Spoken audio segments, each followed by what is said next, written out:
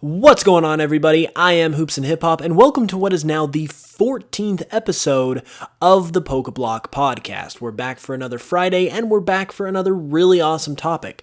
Last week, we actually got a bit of a surprise because right as I was uploading the podcast to the YouTube channel, literally as it was going up, we actually got a brand new trailer for Pokemon Sword and Shield about new battling techniques and stuff like that for Pokemon Worlds. And so we ended up talking about that yesterday, or last week, I should say, to basically just give my reactions to it, since it happened the day of the actual, the podcast happened the same day that the news was announced, which doesn't happen very often. And so today's podcast is actually going to be about what last week was originally supposed to be, which is going to be a lot of fun. As far as new news and information that's happened since last week, though, we actually did get something. Aside from just all the battle stuff, we actually did get something, and it came in the form of we got it wasn't a trailer, but it was gameplay of one of the very first towns in Pokemon Sword and Shield. Shigeru Mori kind of just took us through it in a 2-minute video, kind of describing some of the different sights and sounds. They showed off the railway station. They showed off the different shops you can go to. There's a boutique where you can buy clothes to customize the look of your character. There's a produce shop, just different things like that. And it was actually one of the first times we've ever seen just regular gameplay as opposed to a cinematic trailer. And it just has me even more excited for the games, to be honest with you, just because you really get a sense for the actual gameplay itself in something like that, as well as the graphics, because it's all in engine and stuff like that. And it just looked really good. There was a particular scene where the player was heading out of the town, and the town's on top of this hill, so you got this just great view of the countryside below and across the way, and you could not only see super far out into the distance, but you could also there was so much to see in general. It was just really, really, really pretty. And I feel like this game is going to be full of those types of moments where you just get a view that's just really nice, kind of like Breath of the Wild in a sense.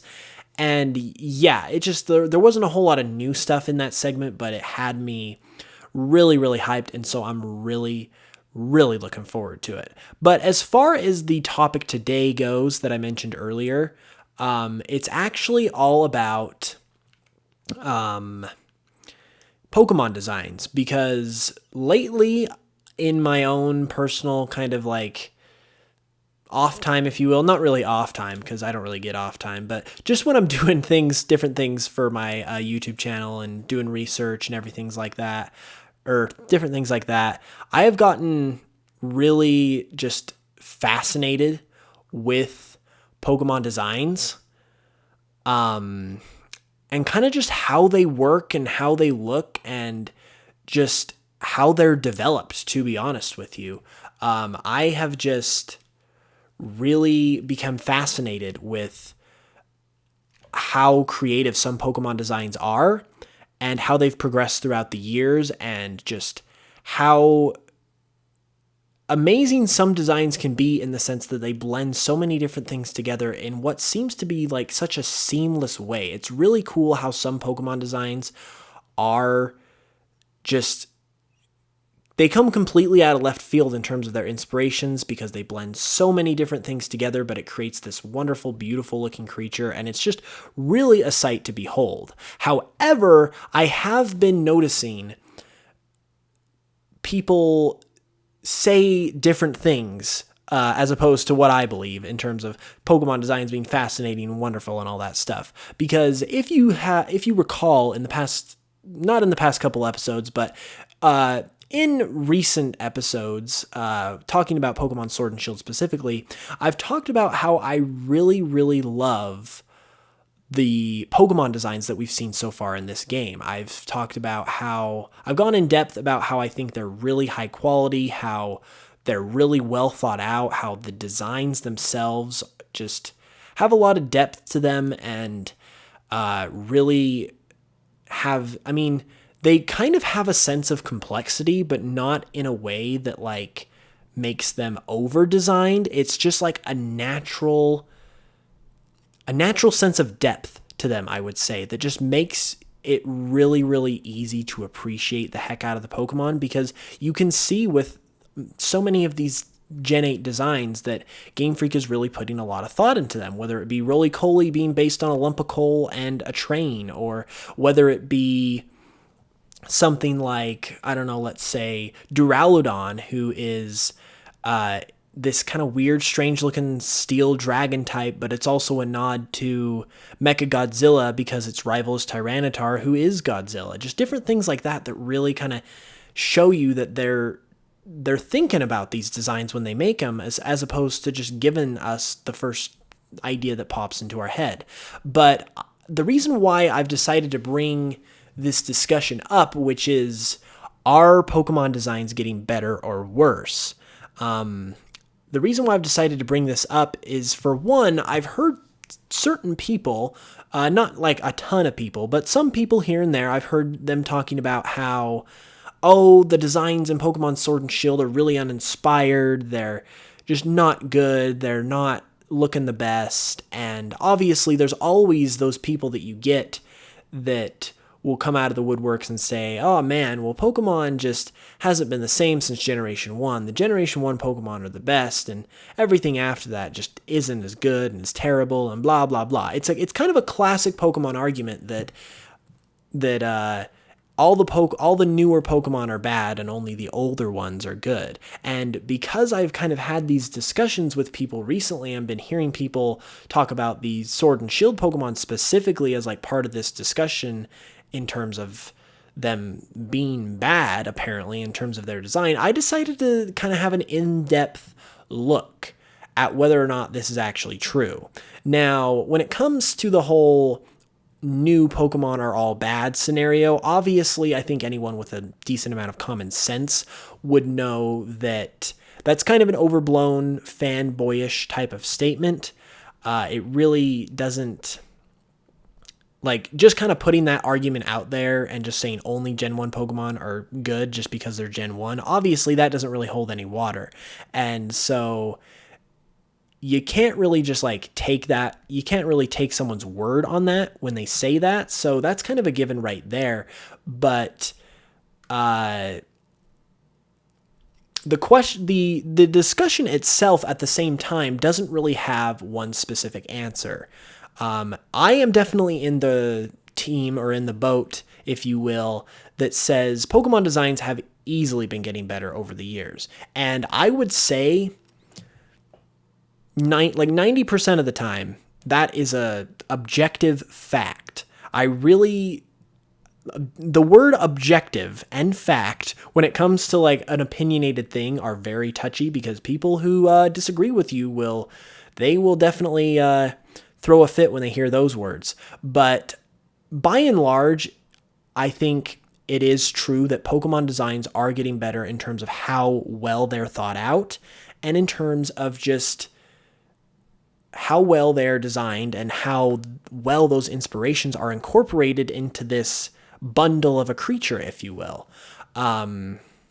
But it's not like an all-inclusive thing. It's not like Gen 8 Pokemon are the best Pokemon to exist because they're the newest. You definitely do have Pokemon from Gen 1, for instance, that are really, really good, even though it's the very first generation. And you have Pokemon from Generation 7 who are really, really bad. It's definitely not a one-to-one, all-inclusive type of thing where all new Pokemon are bad, or not all new Pokemon are good, and all old Pokemon are bad just because they've had more chances to kind of like practice, if you will. It's definitely a case-by-case scenario, but if you look at the entire Pokedex, you will find far more what I would call great Pokemon designs from an artistic and creative point of view, as opposed to ones in the earlier Pokedex. And what I mean by an artistic and creative point of view is basically Pokemon that you really have to spend some time and effort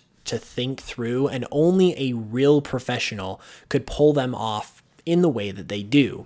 And what I mean by this is, it goes back to my combining different elements and different things that just don't belong together into a Pokemon design and making it look good. And one of the biggest examples of this that I like to give is Dontphan, for instance, because Dontphan, in case you didn't know, is based on a elephant, obviously, but then it's also based on a tire, and this is where it gets its concept of rolling around and using the move rollout, and that's why it has the ridges along its trunk and on its back, because that is the tread of a tire. And elephants and tires, those things don't belong together in any way, shape, or form. They don't relate to each other in any way, shape, or form. Yet Game Freak had the audacity to come up with this idea to combine these two things together into a Pokemon, and they pulled it off in such a seamless way to the point where not only is Dontphan's design good because it's a unique take on an elephant to where it looks like an elephant, you can tell it's an elephant, but it's not just an anime elephant, quote unquote. It's got its own unique personality, its own unique look to it that kind of distinguishes it as a Pokemon. But then when you throw in that tire inspiration, it just gets even better, because the tire inspiration isn't just like thrown in there and it like in a super basic way where like the elephant has tires instead of feet, or something super basic that you might expect something like that to look like, given that they're so just kind of like completely opposite things in a lot of ways. But it doesn't happen like that with Dontphan's design, and it blends those two things together in a way that you can look at the design, you can appreciate Dontphan for its uniqueness, but you might not even know that the tire inspiration is there. You have to almost really look at the Pokemon and take a good, close, hard look at it to really be able to see those elements of its design. And when you get that level of seamlessness into a Pokemon design, that's when I believe that the actual artistic design of it is basically like S tier. Like that's top-notch Pokemon design, when you can pull off something like that, blending different things together and having it come out as this like beautiful creature that looks like a creature that could actually exist, doesn't look too out there, doesn't look too basic or lazy in terms of a design, yet you've got things going into the design that have no business being together. I just think that that's what makes for a great Pokemon design. And there are also a lot of other great things that make for that too. Like you could say there's definitely a lot of people out there that just like Pokemon that look cool, or Pokemon that are cute, or Pokemon that look strong and tough. Like there are different, it's not the only parameter for judging a Pokemon design. Because, I mean, as much as I would love to give a definitive, like, research paper type of analysis on this that just definitively shows how good Pokemon designs are and how they're getting better as we go along, you can't really do that just because of the factor of opinions. But the reason why I bring this whole thing up about Dontphan and what I think makes a good Pokemon design, with that whole kind of like blending of inspirations philosophy I've been talking about, is because if you look at the Pokedex, there are way more basic Pokemon, quote unquote, earlier in the Pokedex than there are later in the Pokedex. And there are way more of those like blendy, crazy, creative, like all over the place, yet creating a like, they're all over the place, but they create a beautiful creature type of Pokemon designs later in the Pokedex than there are earlier in the Pokedex. So for example, like in Generation 1, you have so many just super basic Pokemon like Execute, eggs with a face, Geodude, literally a rock with arms and a face. You've got Charizard, which this is a great example of the paradox of Pokemon design, where Charizard is a fan favorite. It's a great Pokemon, I will not deny that, but design-wise, it's pretty basic. It's just pretty much a fire-breathing dragon. It's Pokemon's interpretation of a basic fire-breathing dragon. That's all it is. There isn't really anything more to it than that. But if you go further down the line, Like, let's compare another, I mean, Charizard is not a dragon Pokemon, but even if we compare, like, it to a dragon Pokemon that has a dragon-like body, say, like, Goodra, for instance. Goodra is a dragon type, but Goodra isn't just your typical fire-breathing dragon. Goodra is a snail. It's a gooey snail that obviously isn't your typical dragon in terms of appearance, but it's also not your typical dragon in terms of personality because it's soft, it's lovable, it's kind, it's kind of like almost a Barney the Purple Dinosaur type of personality. And this comes from the fact that, don't quote me on this because I haven't researched Goodra's inspiration in a while, but I believe it comes from some French mythology about a snail dragon related type thing. It's something along those lines where that actually comes from French legends and myths and stuff like that. It's part of like the history and mythology of France. In addition to just being a really interesting take on a dragon in that it's a snail dragon. So that's just one example of how Pokemon designs, honestly, as the generations go along, just get more fun. And I think that's part of the reason why they get better as we go along, because with the earlier generations, obviously it's kind of a case of nostalgia. People love them because they grew up with them. But if we kind of just analyze the art for what it's worth, and once again, art is subjective. It's the thing that you can analyze and critically kind of critique the least because it's all in the eye of the beholder. If you kind of just look at like creativity for the sake of creativity, you've got to say that a snail dragon is a little bit more creative than just a fire-breathing dragon. And say something like Caterpie, for instance, in another first-generation Pokemon, a basic caterpillar, cocoon, butterfly Pokemon, like just straight up a standard caterpillar and butterfly Pokemon. I would say something like Kricketot, for instance, who is a cricket but also incorporates elements of music into its design, with it wearing basically a conductor's coat and having antennae that resemble the horns of a phonograph, but blending that into the design and anatomy of a bug. That's definitely more creative than just a literal caterpillar. And that's kind of what I mean by Pokemon designs getting better over the years, because more thought is being put into them. You're not seeing as many of these music bugs and tire elephants and snail dragons. You're not seeing as many of those in the earlier generations. Obviously, Dontphan, he's Gen 2, and that's kind of where it starts to happen. But you're not really seeing as many of those in the earlier generations as you are in the later generations. And that is kind of, that's always the point I go to, because that's kind of the most definitive example of there is factually, regardless of your opinion on the Pokemon designs in general, that is a factual example of how Pokemon designs are more creative with the more recent designs than the older designs, because there's just less of those type of examples and there's more of the basic, like, one-to-one, this is an animal that just so happens to be a Pokemon type of examples.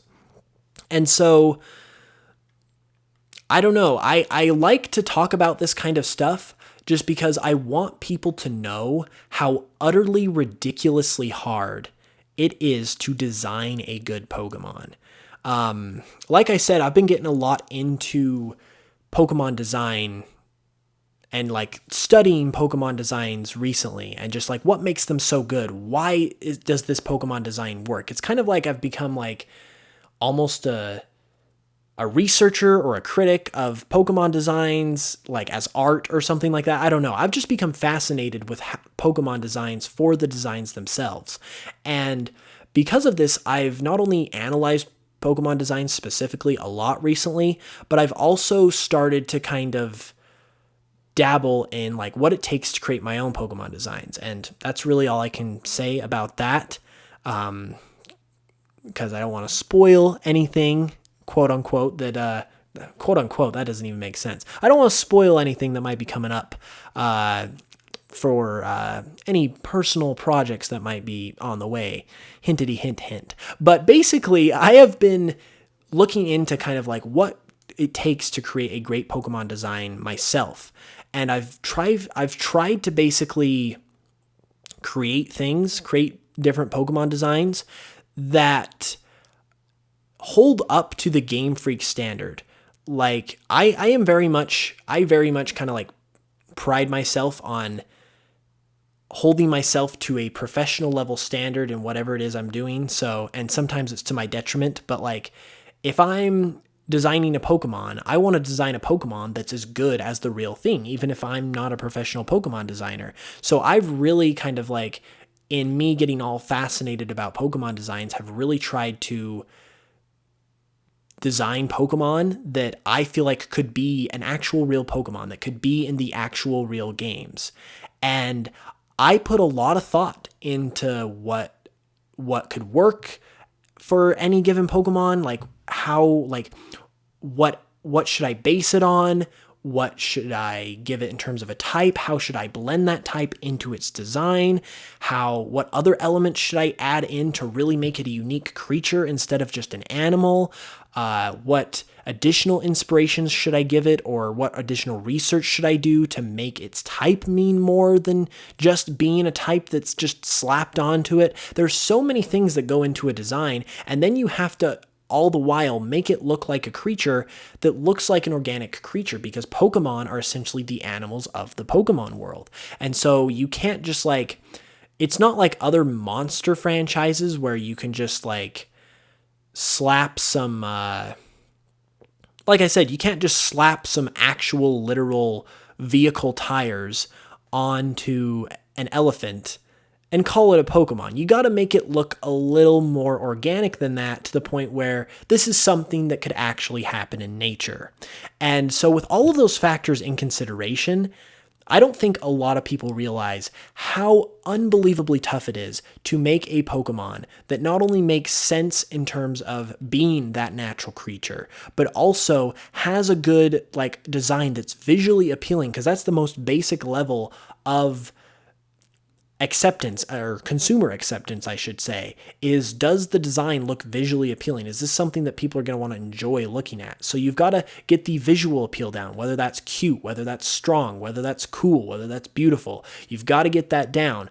But then you also have to get the inspiration down. You've got to get creative with it. It can't, if you're designing a dog Pokemon, it can't just be a dog Pokemon. That's why, for example, I really do not like the Pokemon Herdier, because it's literally a Yorkshire Terrier drawn in the Pokemon art style. Like, that's not creative. You've got to make something like Growlithe, for instance, that it's a dog, but it's a fire-breathing dog, and it looks a little more unique, and it looks like it should be a part of this Pokemon world.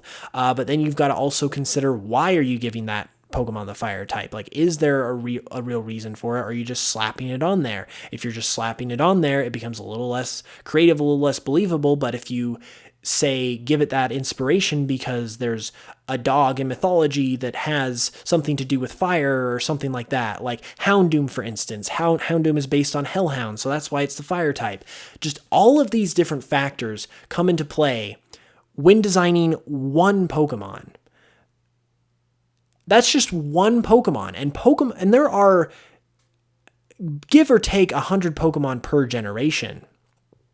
And while there are Pokemon, I should say, that are more basic than others in terms of, some of the early game Pokemon, they're just birds, they're just rodents, they're just dogs and cats and whatever.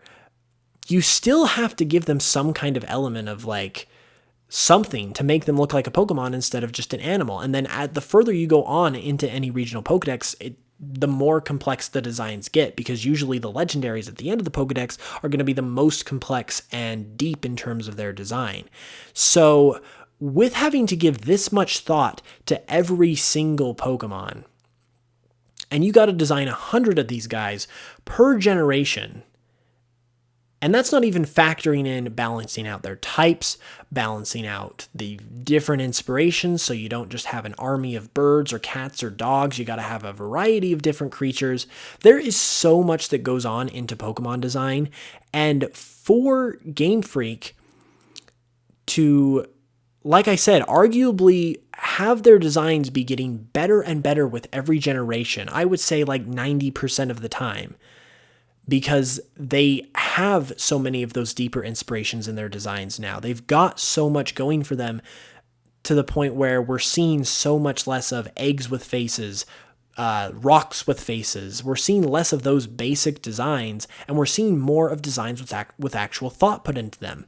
And so for them to pull this off while considering all those other factors, I just think it's a testament to how well Game Freak have done over the years and how good they are doing even now, like 20 plus years into the franchise's existence. And I really think they deserve more appreciation for that. With all of the National Dex stuff going on and the Pokemon Sword and Shield controversy, it's really unfortunate because while in some ways those criticisms are valid and people should be allowed to make their voices heard if something's upsetting them, as long as it's done in a respectful way, there are so many things about Pokemon Sword and Shield in particular that are kind of going so underappreciated. And I think it's kind of a microcosm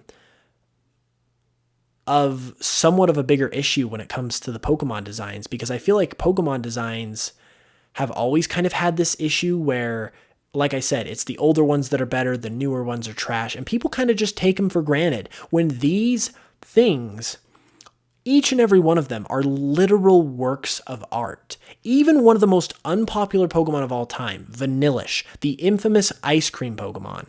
The reason why there is an ice cream Pokemon is because it is based in the Unova region, which is based out of New York City. And the ice cream cone, once again, don't quote me on this because I'm hearing it through the grapevine, but the ice cream cone was actually first invented and patented in New York City. Once again, from what I've heard, I haven't fact-checked this, but I've heard it from a reliable source. So that's like, that alone gives Vanillish, the ice cream Pokemon, a reason to exist, and it makes its design so much more appreciable because it just it shows that they're putting thought into it. They're not just making a Pokemon design.